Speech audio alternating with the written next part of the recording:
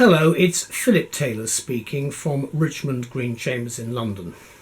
Now, it's very rare for me to review books other than law books because normally I only do legal reviews. But there's one book I wanted to do, in fact it's 2 volumes of a book, which I found fascinating, and I'm sure anybody of my generation will. It's Paul McCartney's The Lyrics. Now, it comes in a box set. There's the box. And it's got a picture of him there, of course. Then you've got the side and then the back. What you have got in addition to that, a nice little bag you get with this, which is what I got, which is Paul McCartney, The Lyrics. And then on the back you've got, from Waterston's of course, you've got the lyrics for Band on the Run. And get rid of that bit first of all. Then you get a rather nice little insert which just shows you how the book is structured. I'm going to show you the book, don't give you the review, but you can see there, without showing too much, you will see how it works. Now, the book's split into 2 parts. The lyrics being, of course, the words that go with the music that he wrote with John and on his own and with others. Now, there's the front of part 1, and it says the lyrics, and then part 2. And you see you've got the lyrics for various things. Now, as a secret, which he did, I rather like that, if you take the back, the dust cover off, you've then got more lyrics, not the same, but different ones. And that's the average person. And this one is Band on the Run.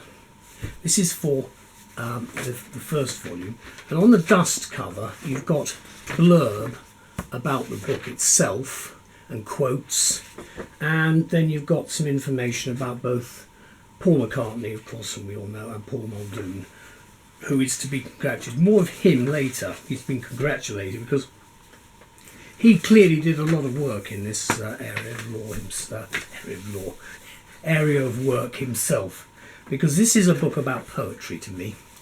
And I'm going to open it up in the middle and just show you the first part, because there are lots of beautiful pictures all the way through. Marvellous stuff, and I'm very pleased that we have all this stuff. But what I do like, that's a particularly nice picture, I like that as well. A wonderful collection of photographs all the way through. But you do have explanations. What you've got, you can see here, for instance, you can see how he actually has thought about writing some of the poems, lyrics, whatever you want to call them. Let's go to the second volume. There it is. Again, same structure, some nice bits of writing. It's got Yesterday. That, of course, is the lyrics for Yesterday.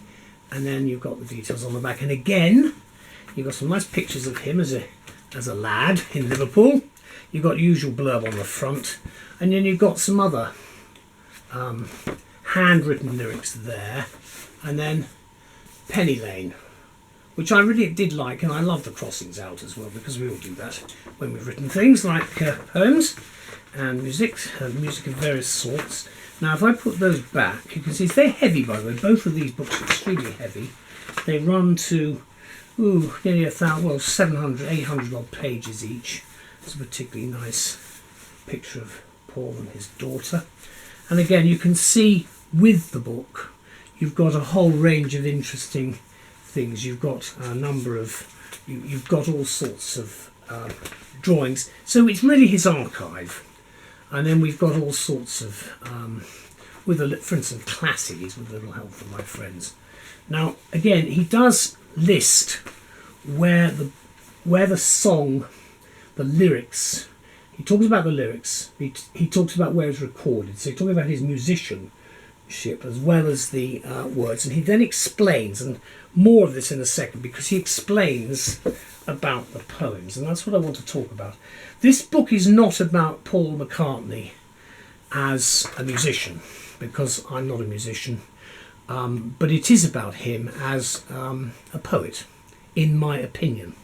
Now, Paul Muldoon is an experienced academic, if I can call, if he doesn't mind me saying, he's very experienced, and he comes to this, and obviously the publishers, Allen Lane, have taken a bit of a risk. They're part of Penguin. They're taking a bit of a risk because there's always been a rule about poems.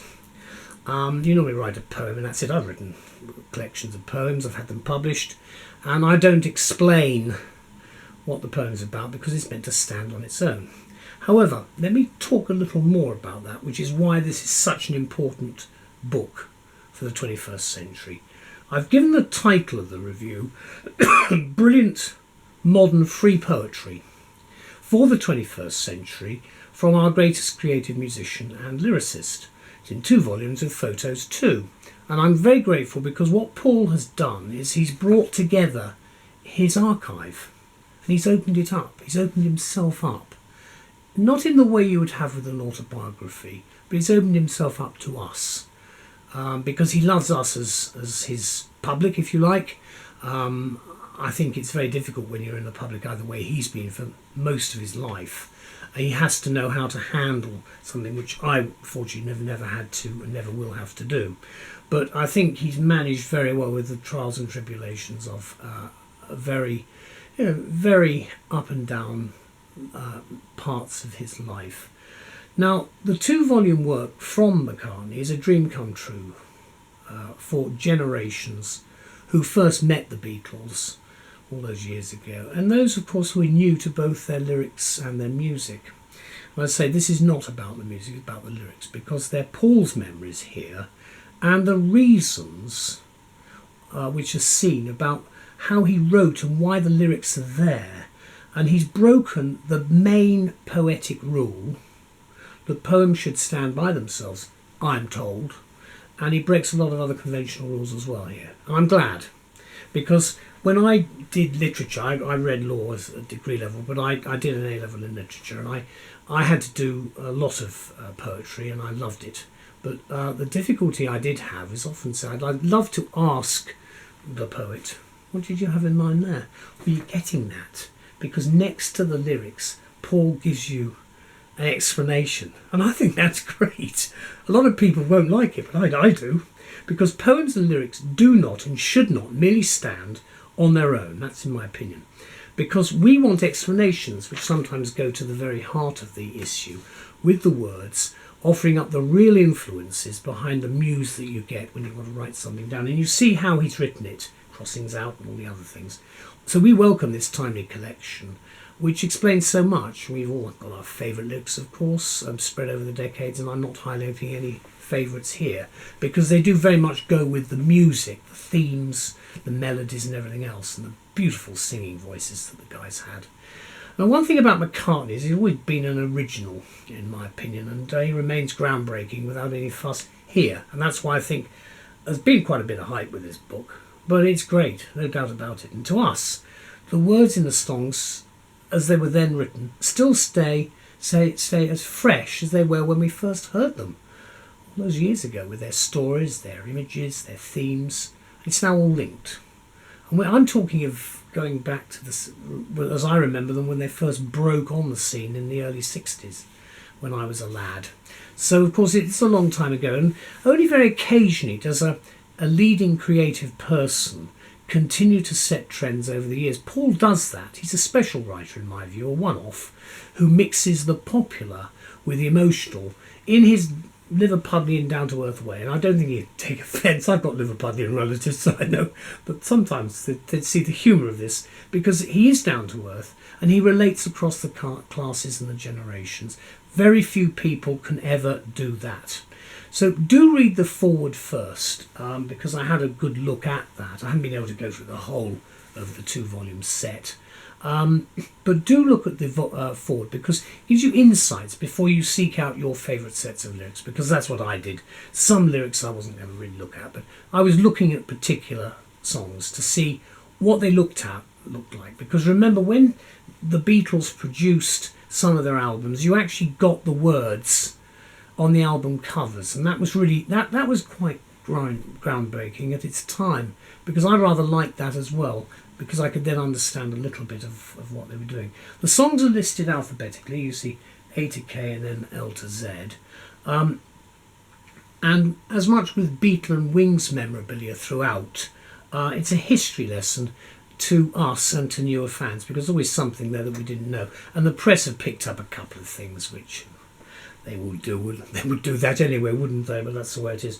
The personal sides throughout also illustrate Paul as a man, because he has a very massive fan base, And it will be, I think, to many of those people, a very fresh insight as to what we consider to be, what I consider certainly to be a new aspect of literature for the 21st century, which is what I call free poetry, rather than just mere lyrics. Now, I'm saying that you have free verse, you have rhyming, you have metre, you have all sorts of standard traditional poetry. You then have lyrics, and people say, no, lyrics rubbish, it's just nonsense, it's just a bit of a jingle. No, it isn't. It's got a lot of oomph to it, a lot of motion to it, and it probably because this collection, I think, raises the level of the lyric to that new form of a free poem, and that's, I think, where we're moving. And I'm probably everybody will think this is nonsense, but I actually believe that this is what we've got, and we've got a really nice piece of literature here, because from this point of view, then there's a word of thanks must go to Paul Muldoon, who brought this together, as far as I understand it, with his with the words, because what he's done here is he's broken down the barriers crossing the poetic with the lyrical, and rightly too. 50 years ago, I would have been faced, for instance, with utter pseudo-literary rubbish, which I was forced to write an unseen appreciation of. That was for my GCE literature exams and so on. And I thought most of the stuff was quite low quality, trendy nonsense, produced by teachers who, in my view, well, that's the person I like, so you're going to write about it. And I'm not going to mention the names of some of these alleged poets because it was just dreadful. Because you know what you like. The discerning public knows what it's like. That's why he or she buys the records or likes to buy this sort of publication, which I certainly did. And yet, over the years, there's this blending with McCartney's high quality and popular output in a terrifyingly brilliant way, even today.